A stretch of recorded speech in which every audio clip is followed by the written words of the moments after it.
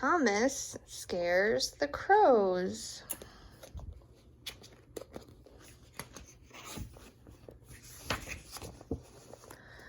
The farmers of Sodor were planting seeds for the summer corn crop.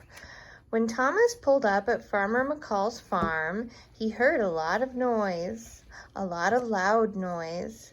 Squawk, squawk, squawk. There were crows everywhere. And under Thomas. Farmer McCall was not happy. The crows were eating all of his seeds.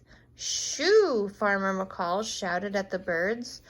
But the birds were not scared of Farmer McCall, and they weren't afraid of his broken scarecrow either. These crows are ruining my cornfields, said Farmer McCall.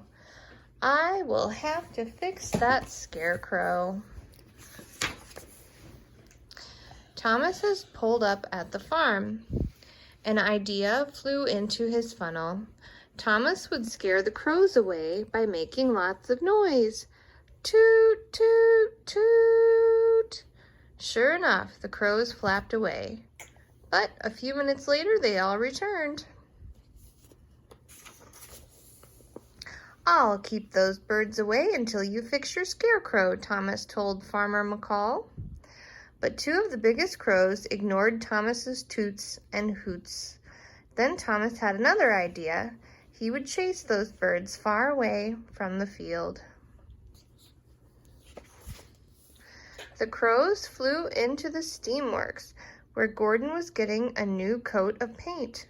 Thomas let out a loud toot. Fizzling fireboxes, Gordon gasped. The painter jumped too, and his paintbrush gave Gordon a big black mustache. Thomas giggled. Sorry, Gordon, can't stop. The crows flew back up into the sky. They were ready for another chase. Thomas huffed and puffed and tooted as loud as he could. Chasing crows away was hard work. This time, the crows landed on Mavis at the quarry. Toot! Thomas whistled. Mavis bashed into her trucks. Trembling tracks, she cried. You gave me a fright, Thomas. But Thomas wasn't listening. The toot had scared the birds, and they had disappeared into the sky. Thomas was so happy. But Farmer McCall was not so happy. When Thomas returned to the farm, the crows were back again, and they'd brought even more of their friends with them. Farmer McCall sighed. What am I going to do? The scarecrow won't be ready until the morning. Thomas felt terrible. If only he had stayed at the field as he'd promised. Well, I'll watch your field tonight, he promised. I see it.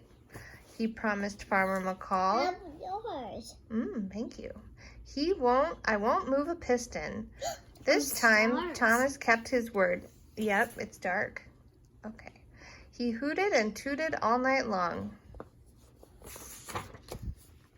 The next morning, Farmer McCall put the mended scarecrow back in his field. You've been a really useful engine, Thomas, he said. Thomas's boiler bubbled with pride. Thomas yawned and yawned some more. Soon he was fast asleep and dreaming about crows. Squawk, squawk. Although in reality, crows can memorize faces and even impart that information to their crow friends. So if you really get on the bad side of a crow, they'll just keep coming after you. And then their friends will too. The end. My grandma